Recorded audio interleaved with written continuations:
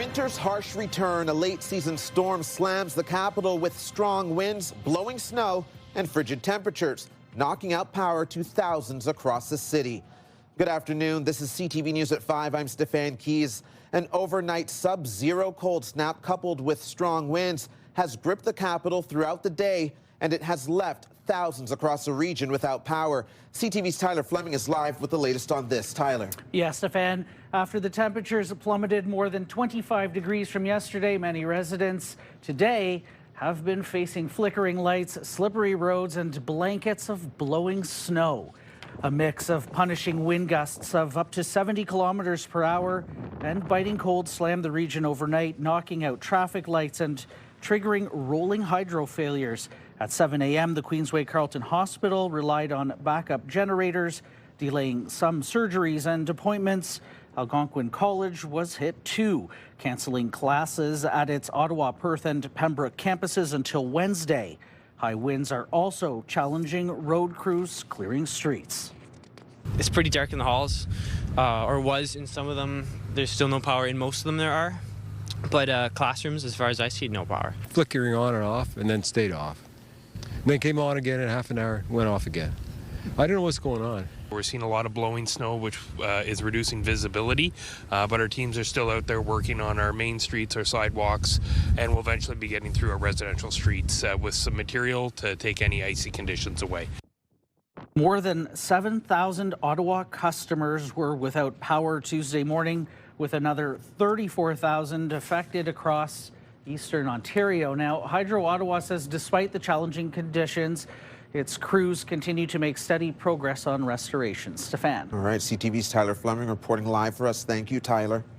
And our Jackie Perez is tracking this system for us. Jackie, what more can you tell us? Well, the good news is that the winds are starting to calm down. And just keep in mind, I mean, Tyler mentioned it, parts of the day saw between 60 to 70 kilometers per hour. This is what it was like at 11 a.m. Tuesday, where places or the wind gusts were between 50 to 70. It has since subsided. Later this evening, we're going to see winds calming down to about 25 kilometers per hour, a little bit stronger around the Kingston area at 33. And then tomorrow, winds are going to be much calmer for tomorrow morning's commute. So with that wind, it really is chilly. So these temperatures -10 in Ottawa, -8 in Cornwall and Brockville, as well as in Kingston, feel much colder than what the temperature is showing. When you factor in that wind chill, it's feeling closer to about -20. So bundle up if you are heading outside. And the good news is we are seeing a break from Mother Nature's destruction when it comes to the snow, the rain, the freezing rain, and even those gusty winds. We will see some sunshine early Wednesday morning. It will be short-lived, though, because the clouds are going to return by the time the afternoon, early evening rolls around. And by Thursday, we could see the return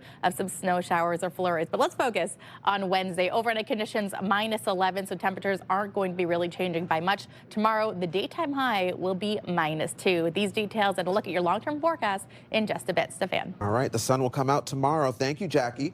The federal government has now outlined exactly how departments will reduce the size of the public service as it looks to find $60 billion in savings. CTV's Dylan Dyson joins us with more details. Dylan. Stefan, the Treasury Board Secretariat has released department-by-department plans on how 90 federal departments will find savings and cut jobs. Last November, the Canada Strong budget outlined plans to reduce the size of the federal public service by 28,000 positions by 2029 and directed departments to find up to 15% in savings. The latest plans show the equivalent of 1,500 full-time positions being cut at Employment and Social Development Canada, 1,200 positions cut at Global Affairs, 837 positions slashed at Environment and Climate Change Canada, and 665 jobs gone at Agriculture and Agri-Foods Canada, just to name a few. And how will these departments find that 15% in savings after those cuts? Many departments outlined plans to increase the use of AI, reduce programs, improve operational efficiency, and reduce management layers and reliance on external contractors. But unions say these cuts will result in reduced services to everyday Canadians. We can expect longer wait times and longer lineups at passport offices. We can expect longer times on hold when you're calling to get questions answered about your EI, about your parental benefits, about your income taxes. I think veterans are going to suffer as well because they're going to have a reduction of service from Veterans Affairs. There's a whole myriad of ways that Canadians are going to be negatively impacted by these cuts. Data from the Treasury Board, federal departments, and unions show more than 26,000 public servants have already received notices that their jobs could be at risk. Layoffs are expected to begin in the federal government's new fiscal year, which begins April 1st. Stefan. CTV's Dylan Dyson reporting live for us. Thank you, Dylan. Turning to a tragic update now. Police confirming this morning that a third person has died after the weekend fire in Centertown that had already claimed 2 lives. Flames broke out Saturday night in a 19th floor apartment on Somerset Street West. Police say a third person died from their injuries last night in hospital. No other information about the victims has been released. The cause is still under investigation. A spring schedule shakeup will be leaving some Ottawa residents waiting weeks for their next garbage day. The city is changing the schedule for garbage collection, but with Easter long weekend is pushing pickup for some neighborhoods, and the shift could mean almost 3.5 weeks between pickups. CTV's Leah LaRocque is joining us live with more. Leah. Well, Stefan, the city says that this new collection schedule reflects the current needs and growth across Ottawa. But for a lot of residents, the garbage gap has them turning up their nose and wondering why this would take place over Easter weekend when pickup is already getting delayed. So let's take Sandy Hill as an example. Today is their pickup. The new schedule comes into effect March 30th, meaning their next pickup won't be until the week of April 6th. The city says 80,000 households will experience a one-time increase in the number of days between garbage collection. The councillor for the Sandy Hill area wants temporary bins set up to help ease the garbage pressure. I'm worried that, they may end up on porches, which would be wonderful for raccoons, but not great for the neighborhood. And I also just worry about the accumulation of garbage. And so we are working with the Student Association at the University of Ottawa to have some sort of bin system where the students can just drop off their garbage in these big bins. And, you'd have to show your student card, for example, to have access to it. Across the city, some councillors say the change over to this new schedule could have been better timed. Now, residents may place up to 6 garbage items at the curb on their scheduled garbage collection day between March 30th and April 24th without the need, Stefan, to purchase additional yellow bags. Again, the new schedule comes into effect on March 30th. All right, thanks for breaking this down for us, Leah. In other news, the province is looking to expand people's ability to drink in public. What we're saying is if you want to go to a park, if you want to go to a cultural event, then you can have a glass of wine and a beer. You want to bring your own wine, that's fine. The change would allow drinking alcoholic beverages during outdoor public events like farmers markets, movie screenings, art exhibits, and neighborhood festivals. Municipalities would be required to pass a bylaw authorizing the use of alcohol in public if they do not already have one in place, and establish a local process to determine whether events would qualify for the expanded access. Starting on April 30th, event organizers in participating municipalities will be able to apply for Bring Your Own permits through the Alcohol and Gaming Commission of Ontario. And the province is looking at expanding access to high occupancy vehicle lanes, also known as HOV lanes or carpool lanes. The Ford government is considering updating the Highway Traffic Act to allow single occupant vehicles to use the HOV lanes during off-peak hours. The government has not outlined what times would be considered off-peak. Officials say that will be determined through consultations and by analyzing traffic data. If approved, the changes would be in place by the end of the year. Coming up on CTV News at 5, we'll take a closer look at the provincial plan to expand where people can bring their own booze. Also, here's what you need to know. 613 Flea returns to Lansdowne Park this Saturday. Check out unique items from 150 vendors. Admission is free. The market goes from 10 in the morning until 4 o'clock in the afternoon at the Aberdeen Pavilion.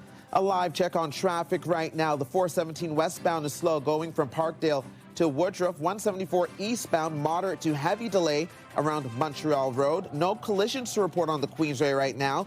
But if you are driving around the city, be on the lookout. Some lights are out, so consider those intersections a four-way stop. We'll be right back.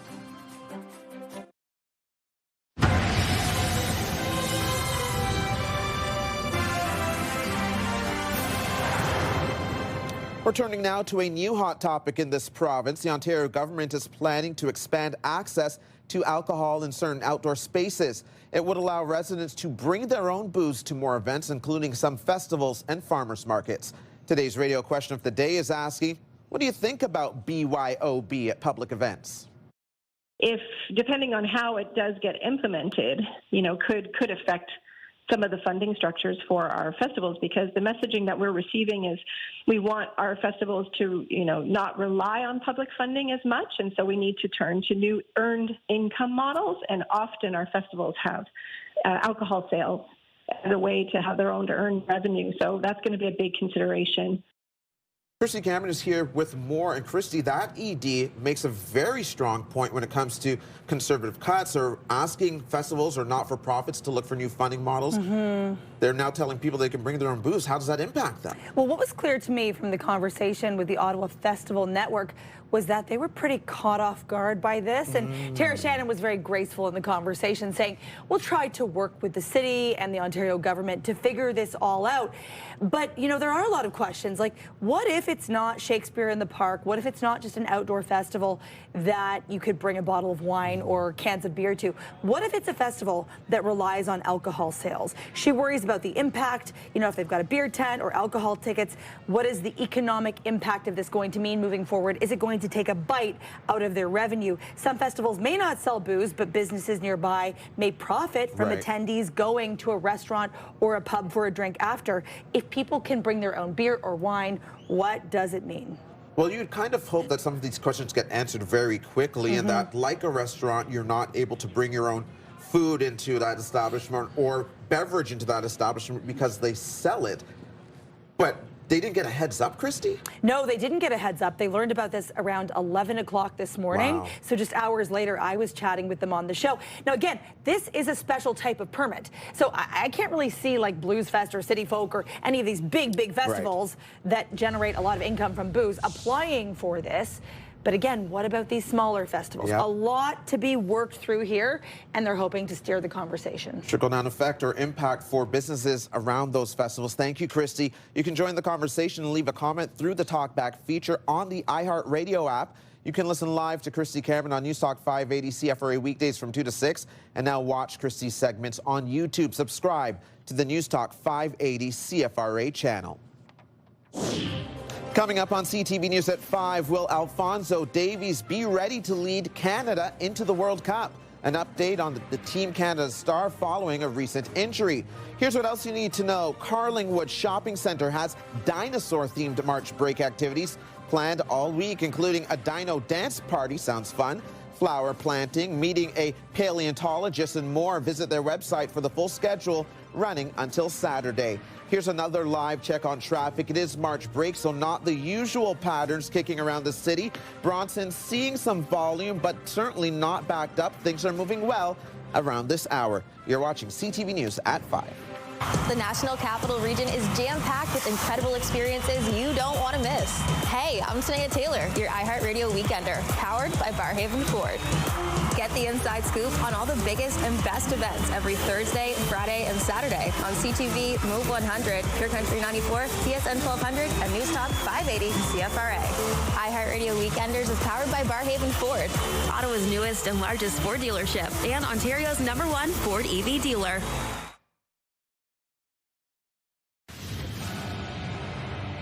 Coming up tonight on CTV, following the news, Tracker starts at 7, Will Trent at 8, High Potential at 9, and RJ Decker at 10. Well, winter weather returned to Ottawa today with cold temperatures and strong winds. A bit of a reprieve is on the way. We're happy for that. For another check on the weather, Jackie's live in studio with us tonight. Jackie. Well, thanks so much, Stefan. Some good news. A special weather statement issued for Ottawa has lifted, but the cold Arctic air will linger for at least one more night before temperatures return to the freezing mark. We just got to get through this evening. Here's a live look through our Centennial Glass Sky Cam. A cloudy day. down on Sussex Drive. It's about minus 11 degrees right now, but with that wind chill feeling closer to minus 20. The wind gusts between 30 to 40 kilometers per hour. It will subside as we get later into the evening, but again, frigid temperatures will linger if you are heading out and about for this evening. Make sure to bring a coat and layer up. -9 for about 9 o'clock, but feeling more like -16. We will get some clearing in terms of cloud cover. We'll get some sunshine early tomorrow morning, but if you are heading out the door at 7 a.m., bundle up. -20 is what it's going to feel like with the wind chill. It's going to be calmer winds as well, and then we've got some southerly winds moving in that will bring the temperatures back closer to the freezing mark, but this won't be until later on the evening. -2 is the anticipated daytime high. Meanwhile, in the valley, -18, the overnight lows getting to a daytime high of -2. Mainly sunny skies also in the forecast.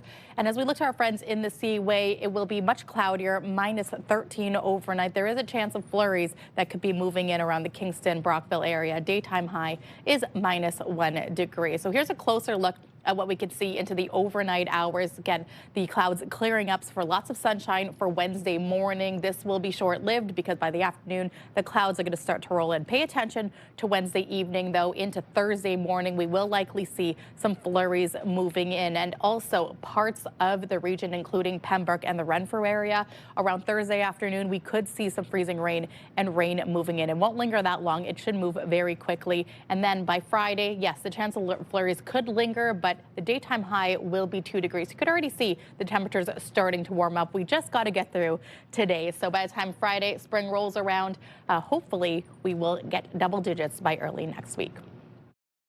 Weather is brought to you by Manotick Tree. Complete tree care from start to stump. So like we mentioned, lots of sunshine for tomorrow morning, but the clouds are going to roll in, and Thursday we will likely see the return of some snow showers and flurries moving in. Stefan. All right, thank you for this, Jackie. And here's a look at the stories you're checking out right now on CTV News Ottawa.ca. If you head over to our homepage right now, you can see that one of our main articles refers to St. Patrick's Day and how busy it is over there, but we are also providing you live updates on power outages. A new one surfaced this afternoon, so just because the main weather event is over doesn't mean that the power grid still isn't being impacted. So as of 5 p.m., Hydro Ottawa reported more than 3,000 customers. Hydro One, more than 5,300. Our digital team's working very hard to keep you updated with the restoration plan. CTV News Ottawa.ca for all of that. Sunshine! Happy St. Patrick's Day! Coming up for us here on CTV News at 5, celebrating all things Irish. We'll take you to some of the St. Patrick's Day festivities happening right here in the capital. And here's what you need to know. Take in an Ottawa 67s game tomorrow against the Oshawa Generals. This is a March break matinee game. Puck drop is 3 p.m. and tickets to the 67's first 2 playoff home games are also now on sale. Visit their website for deals. If you need gas this evening, one of today's cheapest gas prices can be found at the McEwen station on Rideau Crest Drive in Nepean. Regular gas there today is listed at 158.5 cents a litre. Here's another quick live check on traffic. Things start to build around Bronson in both directions. Right now, we know that Parkdale and Woodruff is probably the slowest stretch of the Queensway in the westbound lanes. Churchill's flowing, but you're starting to see some slowdowns as they approach Woodruff in the westbound lane. Again, you're watching CTV News at 5, and we'll be right back. Get the latest live local breaking news. Sign up now for our morning and evening CTV News Ottawa newsletter. The best local content from CTV News, Your Morning Ottawa, and News Talk 580 CFRA. Get it all in one place. Sign up now at ctvnewsottawa.ca. The CTV News Ottawa newsletter is brought to you in part by CAA Business.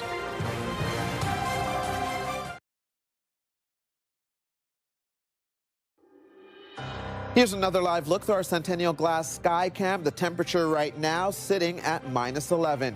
And it's time for a look ahead to CTV News at 6. Here's Patricia Bull. A cold one for sure, Steph. Thank you. Here's what we're working on for 6 o'clock. They're working on our main streets, our sidewalks, and we'll eventually be getting through our residential streets with some material. A winter storm barreling through the capital, bringing high winds, a flash freeze, and some snow, as well as power outages through multiple parts of the city. He's resigning for two basic reasons. First, that there wasn't any intelligence to support the notion of an imminent threat to America. President Trump's top counterterrorism official resigns over the war in Iran as Trump lashes out at NATO allies for not supporting the U.S. in the ongoing war. I'm worried that, they may end up on porches, which would be wonderful for raccoons, but not great for the neighborhood. A new waste collection schedule kicks in at the end of the month, leaving some households without collection days for 3 weeks as the city makes that switch. All of that and more is coming up tonight on CTV News at 6. That's right after the early edition of CTV National News with Amanda Lang at 5:30. Steph. Thank you, Patricia. Now the final 5 other stories we're following today. Many celebrating St. Patrick's Day bright and early with some bars opening at 10 a.m. I think someone said if you want to drink Guinness at 10 o'clock, it's okay on a St. Patrick's Day. So we took advantage of that. It's definitely our busiest day of the year. The Heart and Crown in Barrhaven is decorated wall to wall for the occasion, a day to celebrate Irish culture, and of course, share a pint of Guinness with friends. Many parties will continue until closing tonight. A reminder for Ottawa homeowners, if you haven't done so already, you have until this Thursday, March 19th, to complete your vacant unit tax declaration. Anyone who submits after that deadline faces a $250 late fee. Visit the City of Ottawa's website for steps to complete the form online. You can also complete it by phone or in person. The Brockville General Hospital has finalized an agreement to take over a nearby building that was once a school. The former Commonwealth Public School is across the street from the hospital. The hospital has not yet said exactly what it plans to do with the building, but says it could be used for future expansion. Canadian soccer fans are happy with this update. Alphonso Davies was spotted up and running yesterday after an injury. Photos were shared of the 25-year-old doing some laps, calling it great news to start the week. Davies had suffered a hamstring strain in the German squad's Champions League match last Tuesday. Davies is set to captain Team Canada during the FIFA World Cup this summer. And Princess Kate marked St. Patrick's Day with a visit to the Irish Guards. Kate handed out traditional sprigs of shamrock to members of the regiment, including an Irish wolfhound. Kate has held the ceremonial role of Colonel of the Irish Guards since 2022. That is CTV News at 5. I'm Stefan Keys. Be sure to join Patricia Bull for CTV News at 6. The early edition of National starts now. Happy St. Patrick's Day.